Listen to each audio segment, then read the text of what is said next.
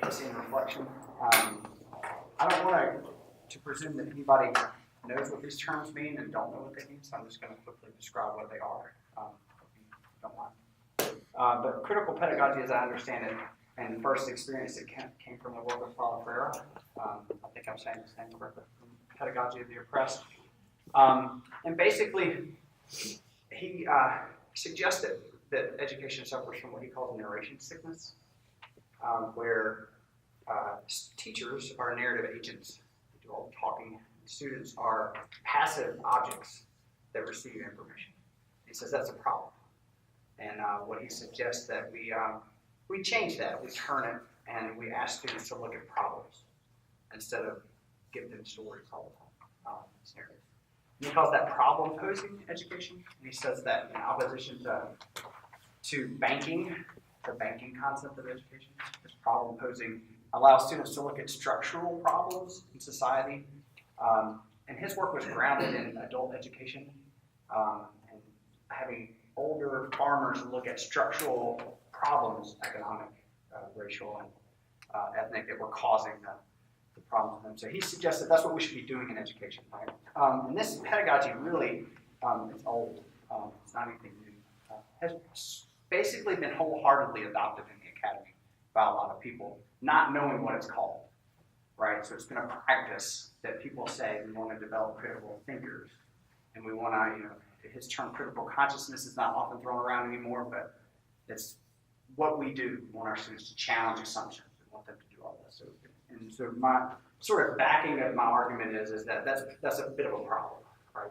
That we've sort of wholeheartedly adopted this. Bell Hooks, Ira Shore, Patricia Zell, all of these people have written about critical pedagogy and its place in different contexts, African American experience, in large state sponsored writing curriculums, things like that. So people are looking at all. Student agency is, in my own mind, is where students have the freedom to develop their own projects in a course. Not a project just in the sense of a paper or something, but they are in a course working on an idea or a question that they have, and they're bringing that to bear on the content of the course. And their work then becomes the content of the course as we move through. And this is actually the most resisted part of my pedagogy. And you'll see that in the student examples that I talk about, because they've been conditioned largely, I think, to be passive receivers of information. And when you tell them to do something, they're like, whoa, wait a minute. I don't need to be critical here. I need to reproduce for you what you're asking me, or in some way what I think you want me to tell you. And I think it's also the students that are the students that have had the most success come to school with come to college classrooms in large part with an inability to offer any resistance to those underlying assumptions in the course, until they're older. I think sometimes they really don't. And I call that resistance. I call it between resistance and constraint. Right? They want to resist, but they always, at some point, enact constraint when they're about to tell you that they disagree with just everything you just said, or something. So there's this, oscillating between those two things. And then reflection, we all sort of know what that means. I just think that students taking time to stop and look back on what they've learned, taking into account what they know now in relationship to what they've learned in the past, whatever. So those are the sort of three terms that I'll talk to and talk about. This presentation is going to take place in 2 acts. Okay, Act 1 is going to be in a composition and rhetoric course. Senior English major is the actor, and then Act 2 is going to be about an English 102 student who's a first-year student, and in a class that was themed Negotiating Difference. I'll talk more about the particulars of each course. But what I'm trying to talk about here is both descriptive and critical. And that if I hadn't taught these 2 students at the same time, I wouldn't know what I know now. It's reading across those 2 different courses that I was like, oh, wait a minute, this is what's happening to this student, and this student was helping me understand what's happening to the other one. I was reading back and forth. They both knew that after I told them, and they both know I'm writing about this. I've changed their names so nobody gets upset. I've even changed the major of one of them, so nobody knows who they are, can't tell who they are. But the really thing I want to come to is try to come to some conclusions about how ideology operates. Not real ideology, because we know that always operates, but how the perceived ideology of a professor or content of a course operates, and how students produce writing in their course. So if you give them an assignment and they perceive a certain ideology is operating behind the writing assignment, they're going to produce certain kinds of things for you. And then trying to undermine that is really what I was working for. So I've already made her mad and haven't. Yeah, it's on you. Yeah. Sorry, I got the answer because I was like 4. So Act 1. Melissa is a senior English major. She's in a course called Composition and Rhetoric. It's the first course, I think, that has been called Composition and Rhetoric at Wofford. We read Paulo Freire, Ira Shore, Bell Hooks, and Adrian Rich, all in a sequence on education. These are all radical thinkers about what it means to be educated, both in a classroom and not. And so the students got really upset because we would be arguing about these things. They would be arguing. And they would pause and look at me and say, "What do you think?" And I would say, "I don't know. I don't know what I think. I think sometimes this is right or sometimes this is wrong, but I don't know. You tell me." So we're creating here. And they got really mad. I gave them a midterm evaluation. And the phrase that came up most on the midterm evaluation is that I was there because I was supposed to teach them something. Right?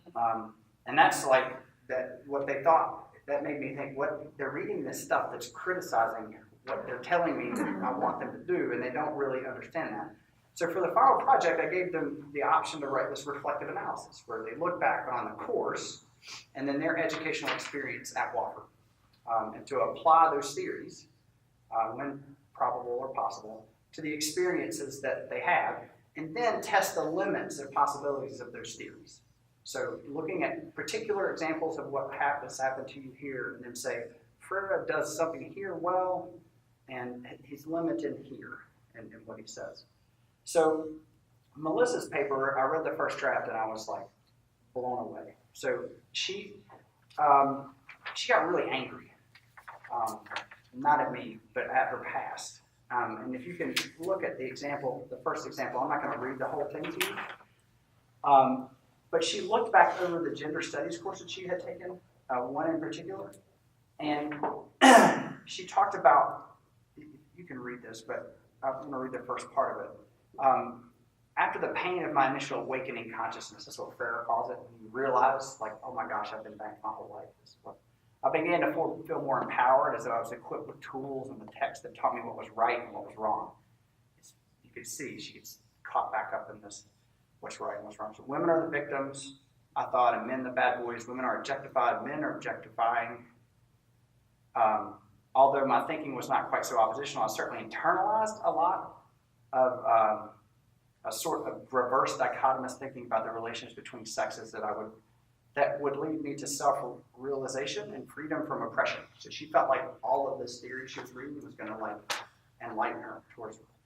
And at the end you can see she says, there was still a teacher of the students and a student of the teacher relationship in place, which I felt that my professor must be right.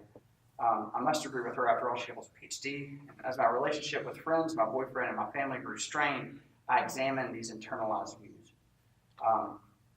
And so she goes on to talk about this, but she's reflecting what I think is a kind of, through reflection, a kind of understanding that she had possessed some restraint in this course, that she was taught these theories, and she wasn't quite prepared or to understand how those actually applied to her life, right? So she's like, I know all this theory, and I go back, and then I don't know how it applies to my life. And she was very critical of that, of all of her professors.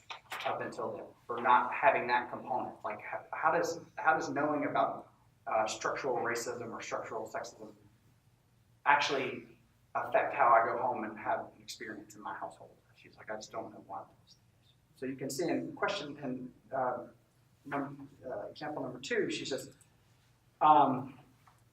she goes on to say that in order to create meaning in my life, I had to do this.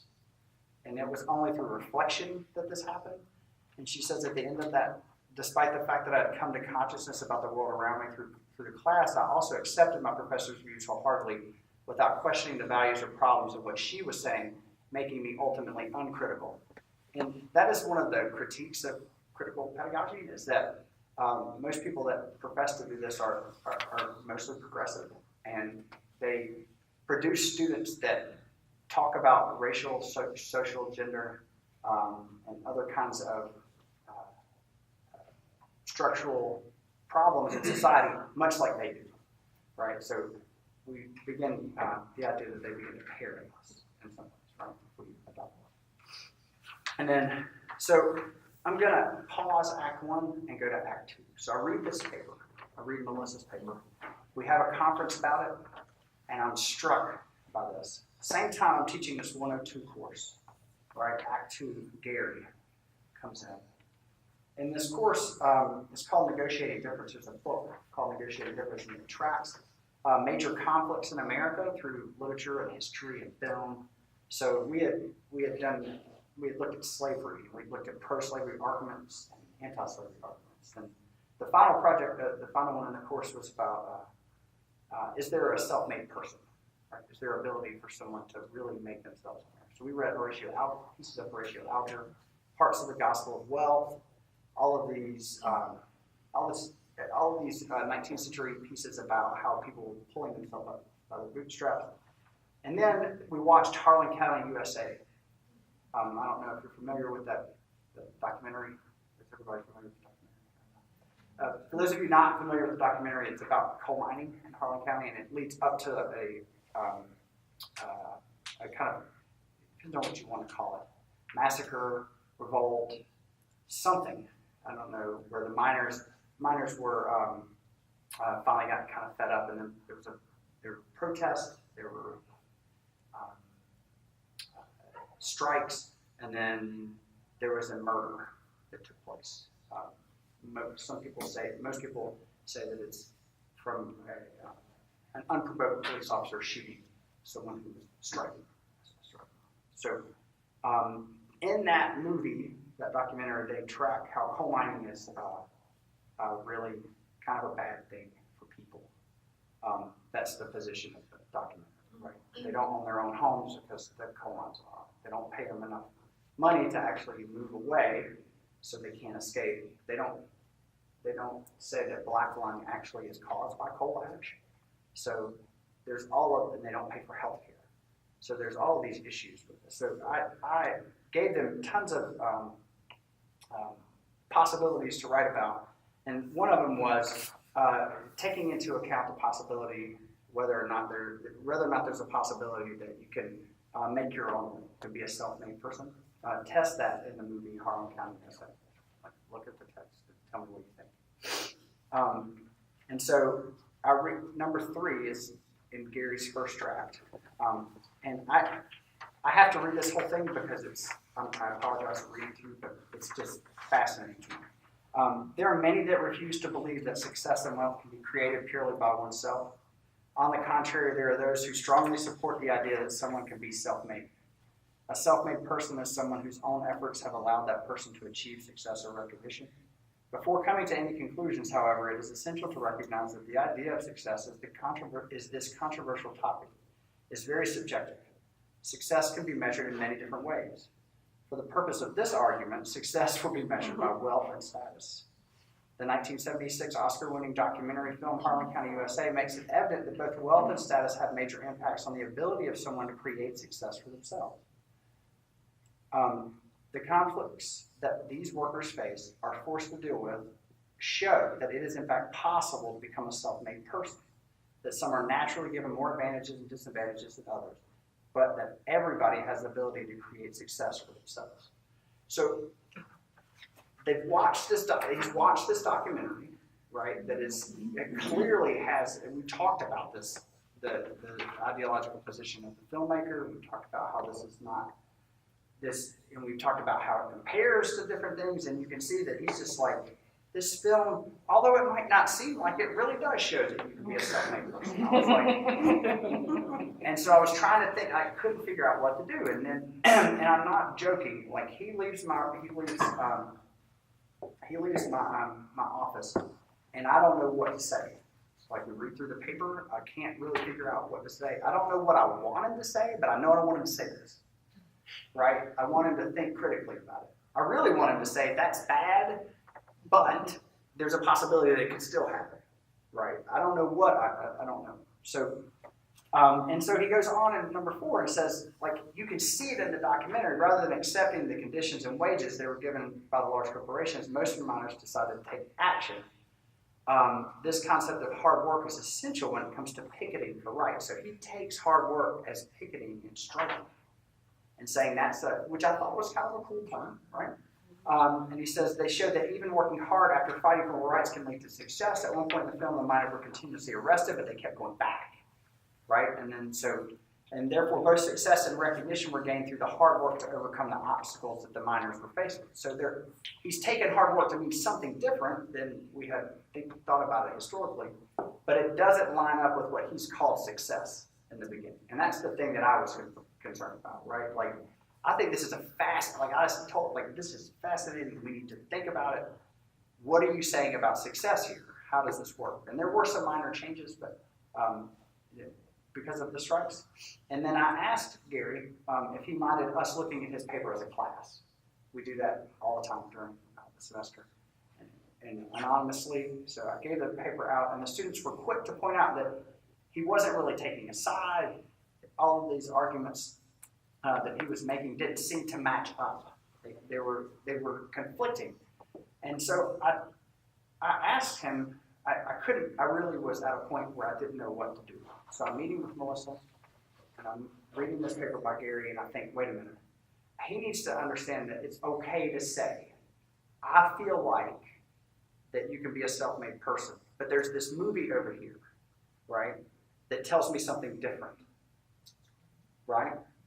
And now I'm going to process that in a piece of writing, right? I'm going to talk about how I agree and disagree with this at the same time, how this offers a limit to my definition and helps me see something different. And so we went through that, and we talked about it, because I said, I just think this is really interesting. I think you need to recognize that you're doing something that is really highly intellectual. You just need to take another step, right? Accept the fact that it doesn't line up.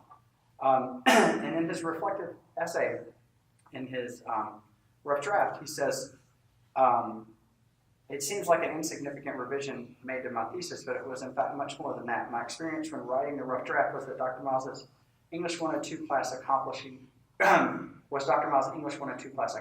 its goal. The reason we explored both sides of the self-made debate wasn't to manipulate our belief on the matter. The purpose of this class was to open our eyes, so to speak, to becoming aware and to gain an understanding of other people's ideas. So I'm not under the impression that he's not telling me what I want to hear, right? Like, I'm not, I totally understand that's what he's doing, right?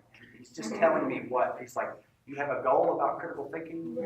I know what critical thinking means, and I'm telling you, I know what it is, right? It's a kind of obedience that I resist. Like, I want you to tell me you don't understand. I don't want this kind of obedience. But he was not going to not let him be obedient, right? He did in his revision offer this does limit, there's some limits here, there's some possibilities.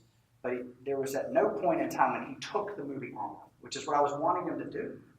You know, if you really believe what you will believe, I'm not going to take, but his concern, I think, and really still feel to this day, is that he read my goal as critical thinking and the way we talked about the movie and the fact that I showed the movie in class, that I accepted the ideology of the movie. And that was what I thought. And so for him to challenge that was to challenge me, which was not going to happen in a piece of writing. In a conversation, it might happen a little bit, but not going to happen in a piece of writing. So I didn't get anywhere here. You can see, like he still comes back to, I made some little bits of changes in my thesis. I did offer a limit. Really what I do is I understand other people's ideas, right? I don't critically engage with them. I just understand them. So we're going to come back to Melissa, back to Act 1, and then I'm going to talk about a couple of conclusions that I have. And then hopefully we can have a conversation. And what Melissa showed me is that this critical pedagogy that I enact is imperfect. It's not something that it doesn't make students comfortable. I'm okay with that. I don't feel bad about that. But I have to build in ways for them to understand that I understand what they're going through.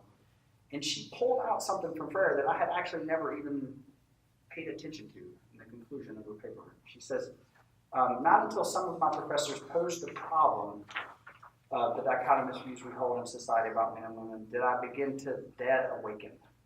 And so Rich says this is the process by which women come to understand the ways their lives have been used and manipulated by men. Far from a liberating process, as Freire makes it seem. It was for me at first, much as Rich describes, a slow, struggling awakening that was confusing, disorienting, and painful. So she had accomplished something by the end of the course, which was to understand that all of the schooling that she had at Wofford had been a process that was somewhat painful and disorienting and confusing when applied to real life. That's what she kept saying. My boyfriend and I broke up. Like my dad and I argued all the time. My parents and I argued all the time. And this was a result, she thought, directly of what she was learning in school. But she came to understand that it's not bad.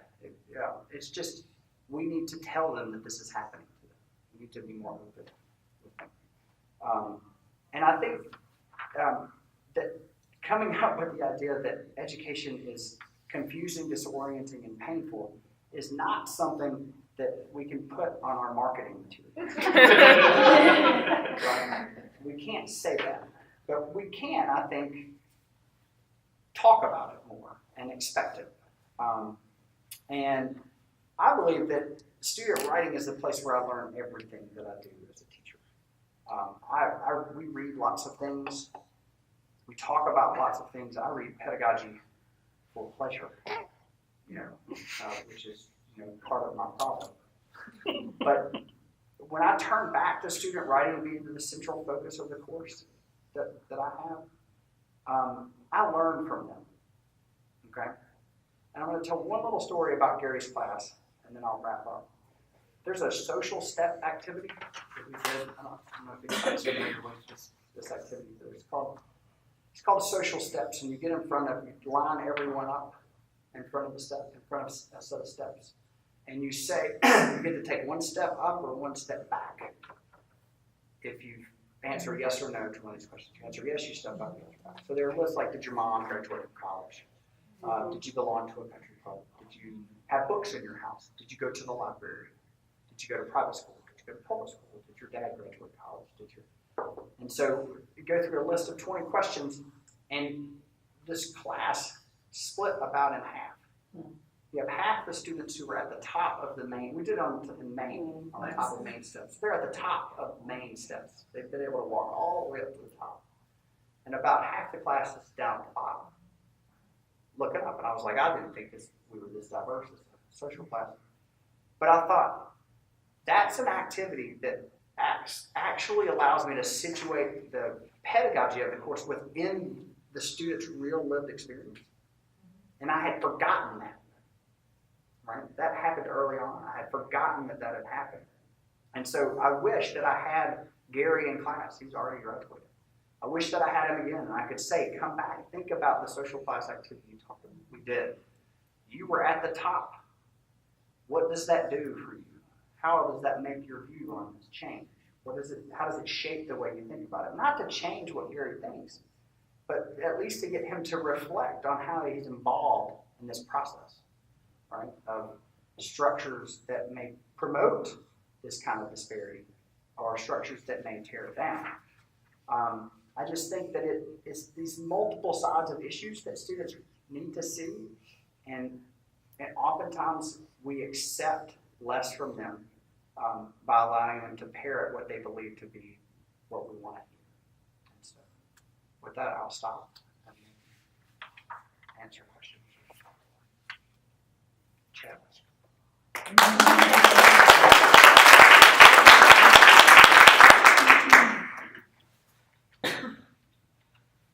Can you say again what the writing prompt was for this, For which one? for the final? What was it? For the- Yeah. It was to take any theory we read in class and apply it to your experiences, your educational experience so far. And she read Adrian Rich, and the name of the essay is escaping me right now, and I apologize for that. But yeah, that's it. Yeah, instead of waking up, she talks about this dead awakening, and Melissa really caught on to that phrase and understood that, oh, this is what's happening. It's torturous. It's hard. And then she was able to look back and not be so mad at professors. It took her a while to get through those drafts. I have a question. Mm-hmm. What would you, do you have the recommendation for approaching these kind of questions in a class that's not dealing with it so directly, right?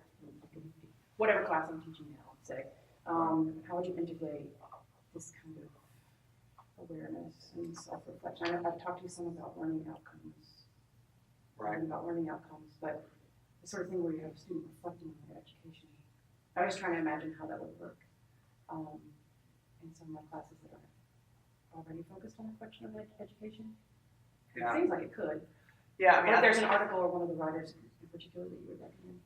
I mean, I think if you're, I always talk about, I'm probably going to, so when I teach 2 or 3, I'm teaching right now, American Life, if we read something about slavery, which we just did, Jefferson's Notes on the State of Virginia, we will read for next time stuff about from Black Lives Matter.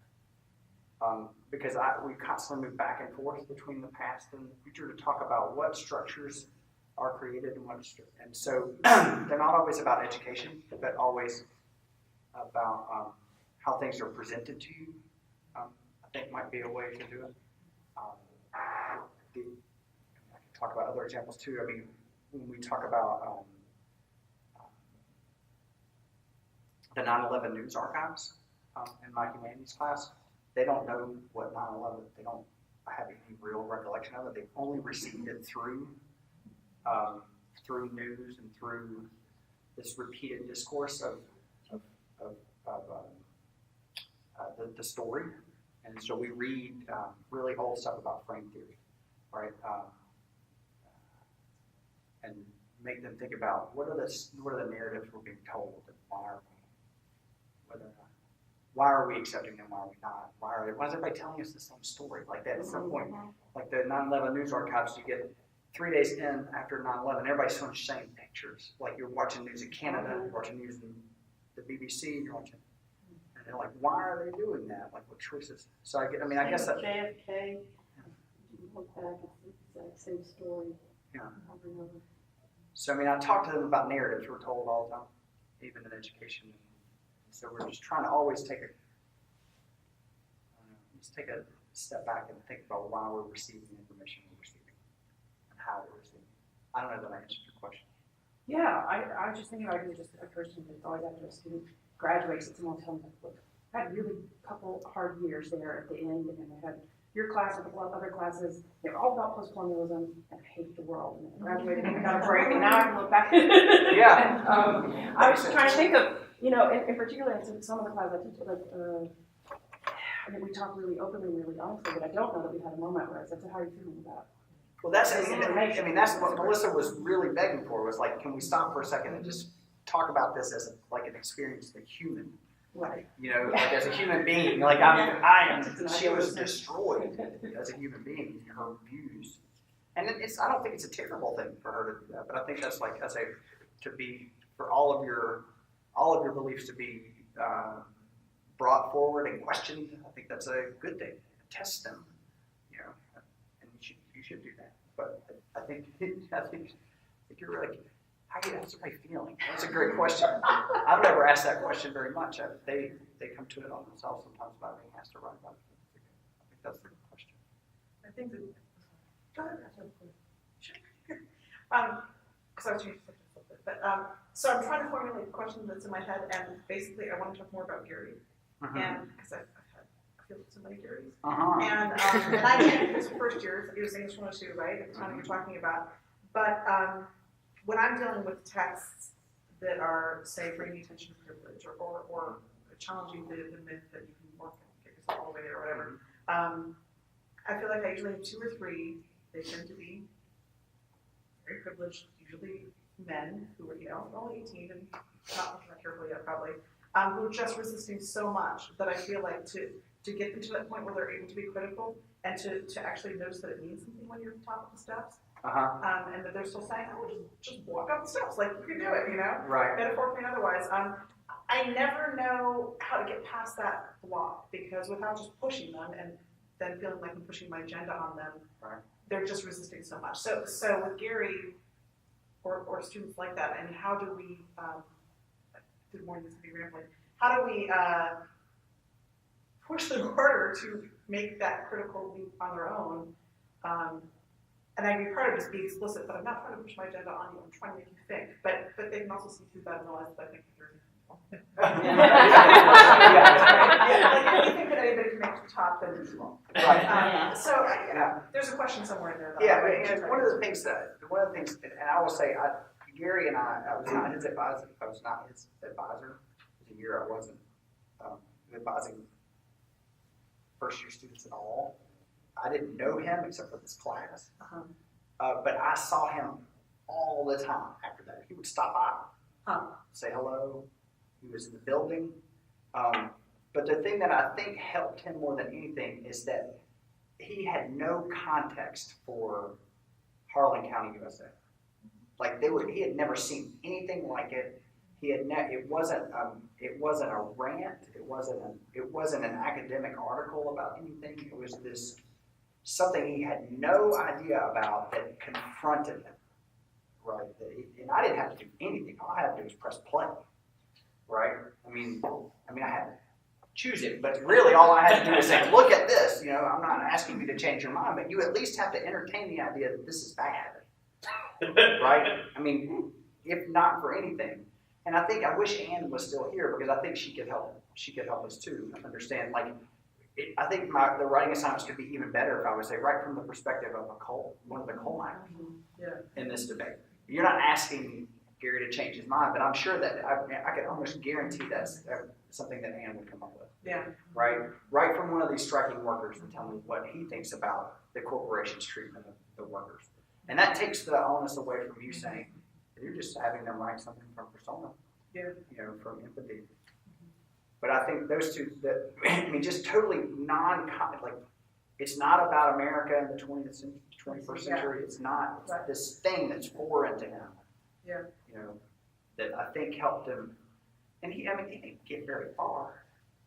You could see the process, and he was white and male and privileged and understood it and was able to say, I understand.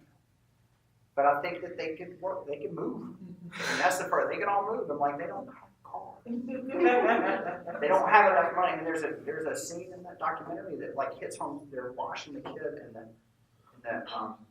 in the sink. And they're talking about we really want to move away. And they don't even have means to get to the next town because there's no public transportation. There's nothing to get there. And so, that's totally foreign to Gary's life. He has no idea what that is. I think that's part of it. Okay, that's helpful. I don't know. Well, it's not just his life either. They make movie after movie after movie about someone who does break out and succeed. So that's what we're all celebrating all the That's true, time. exactly, Pauline, It's a trope, in America. You know, and that's another thing that flares us. It's education is tripological because it just repeats the same thing. John, a couple of things occur to me. There are a few of us foreign language folks. It's helpful to strip away a part, which is your own native language, the language in which you've grown up and you are making intellectual arguments. When you strip that away, there's sort of this really nice back to basics, back to square one aspect that teaching language gives you. It's like, I'm going to give you some tools to do these really basic things, and so strip it down to nothing. And it's super helpful for these kinds of things. And then there's also no threat in terms of how are you feeling about this? What do you think you've learned from this? How is this working for you? It takes away all the threat of what that would have if you were doing it in your own native language and you were necessarily having to apply that to your entire educational process. Right. Whereas if you start learning a foreign language, or even, if you're at step 1.5 or 2, Right. it still has that same value to it, where there are cool things that you can do because there's nothing there, because there's no or very little previous baggage that you bring. So that's one observation which will make me really want to use this notion of, let's not only reflect on what you've learned, but reflect on how you're reflecting on what you've learned. Right. That kind of process. And then the other thing that I wanted to say was, and I feel privileged to have been in that situation, when I go to Middlebury, by definition, the cohorts of students are more diverse. Not just in terms of, what we would define as diverse in this context, but age, motivation, what they bring to the table, life experience, and they themselves will often hang onto that and say, what I learned was from all these different people around the room and how differently they approach the problem. Right. And so I do think that there's sort of the germ of something that can be helpful in this context, which is if you can put yourself in the shoes of the other person, either a character in a person in a documentary, but also that other classmate who has a different enough experience from yours. I think there's a useful tool there. Yeah. I think empathy is part of it.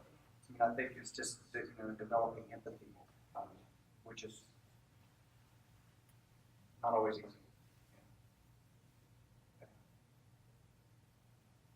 Yeah. I wondered, something you said struck me that the students assume what your ideological position on a topic is. So I wondered if you'd ever experimented or how you could imagine experimenting with asking them directly, what do you imagine that what I want from you or what I want you to think, and can you use that to kind of construct new assignments or as a starting point for a different discussion afterward?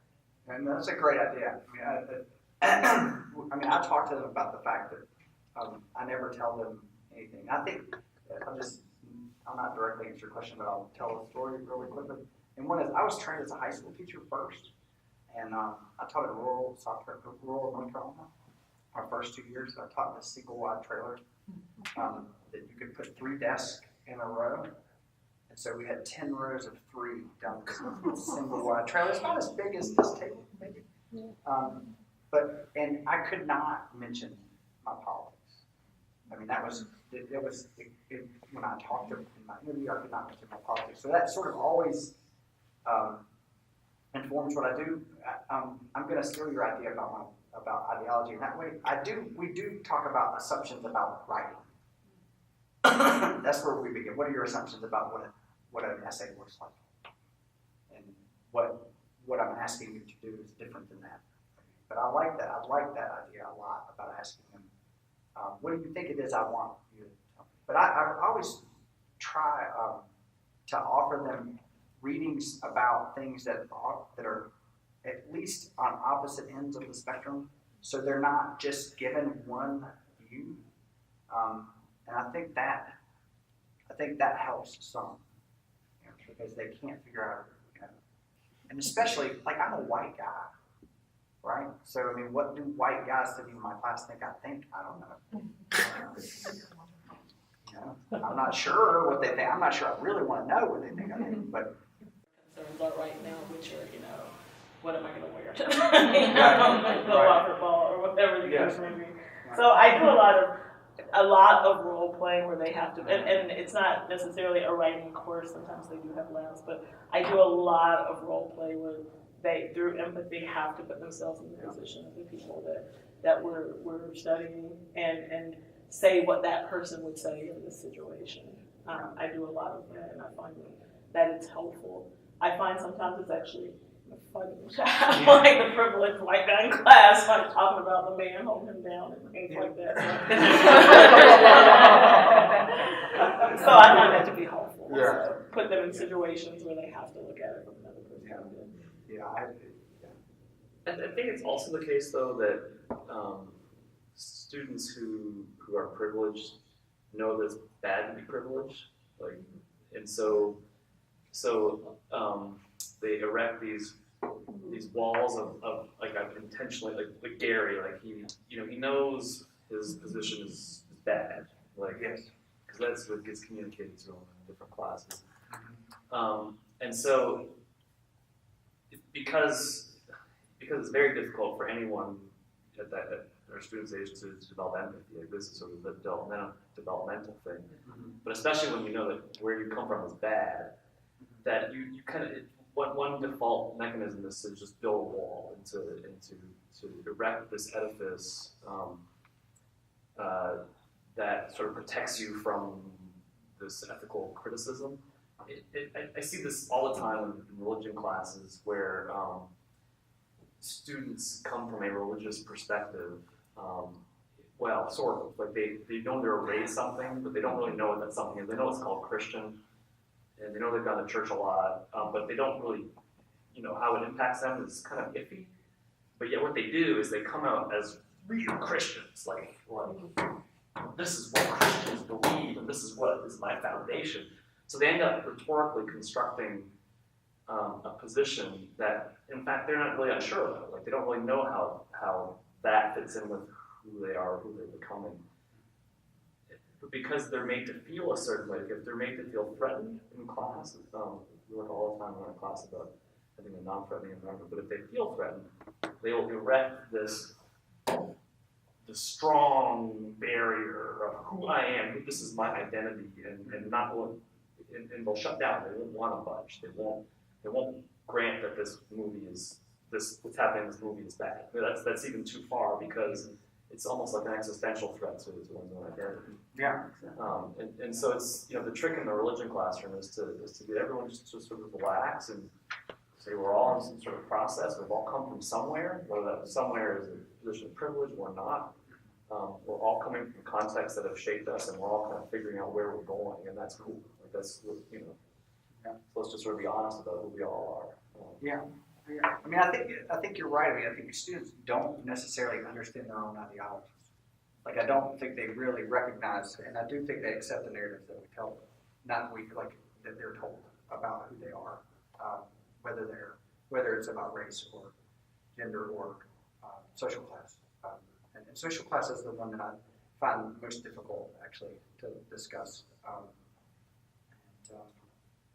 But also my own lived experience is different than, looking at me. You have assumptions about you may have assumptions about my social class. My students have assumptions about my social class, and I can undermine those at any time if I want, but I don't most of the time. But I think the thing that I want to learn how to do, after 18 years of teaching, you would think I would have learned how to do it better, is to do what you're talking about in a writing classroom, is let them believe that I care about how they think.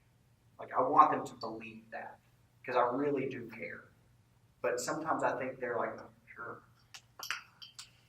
He doesn't really want to know what I really think. He just wants to, he's just telling me that. Like, he's like, maybe it's me that won't allow him to do it. But I think even you know, we're all safe here. We talk all the time here, so you can say whatever you want to say because we're going to work through this. We're going to work through whatever these hard, difficult decisions are. But I'm not so sure they ever believe me, really. You know, because there's this guy Richard Miller who writes a lot about this, and especially in the context of writing, and he says that because there are constraints that we formalize as writing, like this is a constraint in and of itself, that it's very difficult for students to ever get past that as the thing that they're doing in the class. It's figuring out what the constraints of this thing I'm doing in writing is. So even thinking is sometimes hard for them.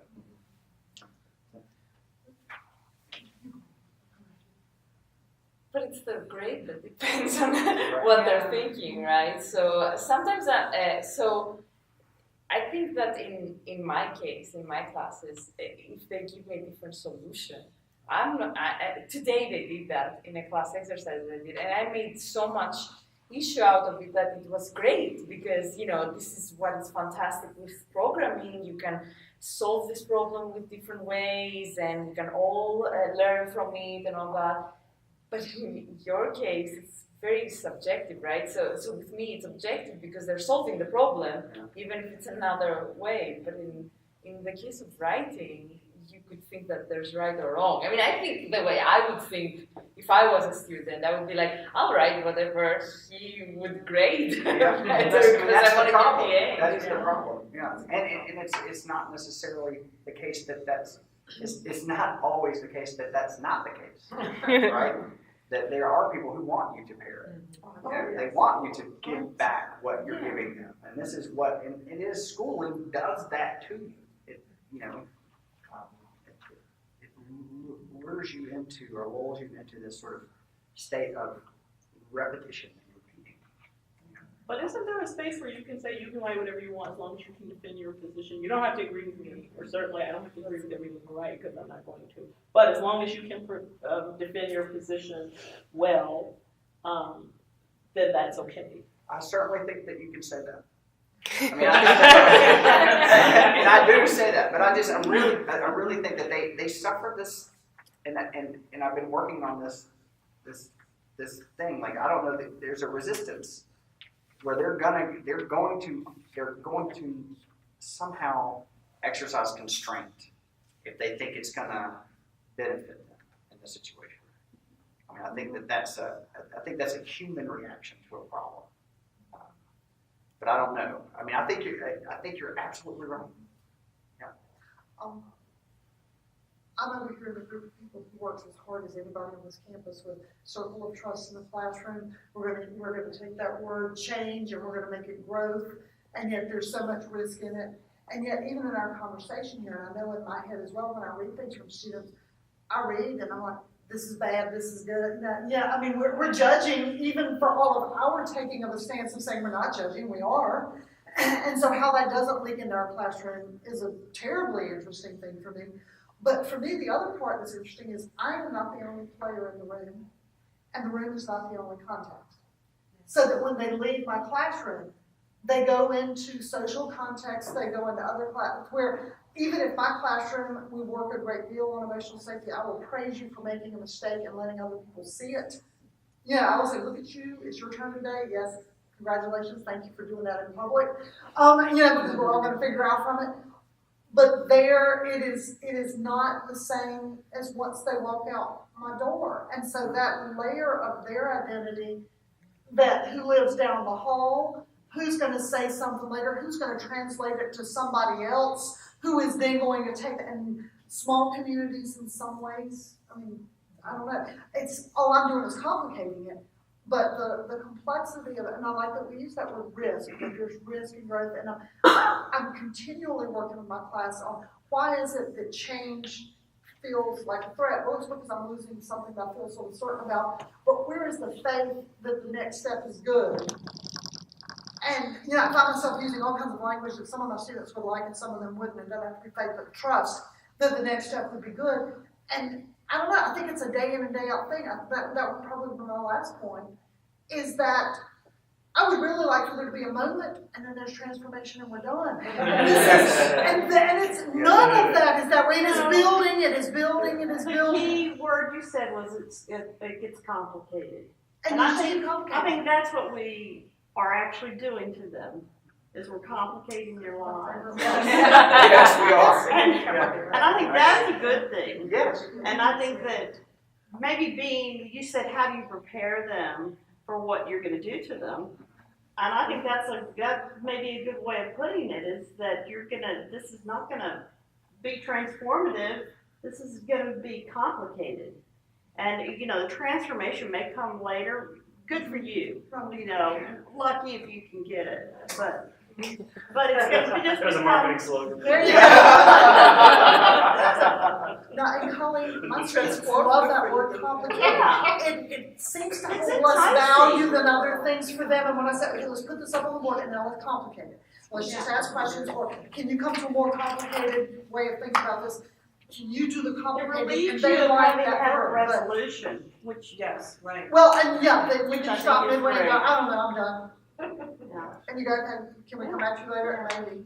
I'm done. Cross it over. Okay, we're done. Okay. And you just, but that trust, when they've been rewarded, they're packaged, they arrive here, just as Bob said, they're a package. They've gotten here, they're done. To grow is to live for them. And this has been fascinating for me to listen to. And just a quick follow-up, Carol, one thing you're helping me realize is, I've been experimenting in the last couple of years with more and more assignments that are forcing them to connect what they're reading in class with explicit stuff outside the classroom, whether that be other classes, interaction with the roommate, or that sort of thing. And one thing I'm thinking about as I hear you talk about that larger context, that our classroom is such a small context compared to everything we're dealing with, that I think probably I've seen more success in terms of turning on those critical thinking moments, getting them to really start complicating things. I probably have more success in the assignments that are much more explicitly outside the classroom, because there's something just so sheltering about just having it happen in these walls and writing this for my professor that goes away when you're like, you have to like psychoanalyze your roommate and come back. Yeah, It's much more. the other thing that I've had success with is helping them to see moments in the past where they've changed.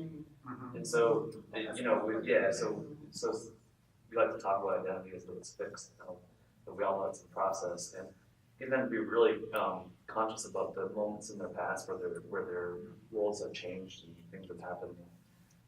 And just an assignment we had today in class where we're reading about we're reading about Mormons and Joseph Smith, and you've seen the South Park episode, I get to watch it. And Joseph Smith received revelation from God that there are tablets buried underneath a rock in upstate New York. That's the Book of Mormon. And so it's like this, everybody's like, this is the craziest story I've ever heard in my life. But it's a story about revelation, about coming to an insight that shapes you in the future. And so I get them to talk about moments in their own past when they've received some insight from their own aware that has caused them to act in a certain way and sort of shape them. And I just read those actually earlier today, what they wrote for me, and it was like really good. Like they will connect these moments from their own past to the Joseph Smith story, and not in a mocking way. It was like, you know what, this is kind of like what Joseph Smith. But for me, it fits into a broader goal of helping them to see themselves as beings in transformation, and religiously and otherwise. So it's helpful so that they can sort of narrate their own past to see where the future may be.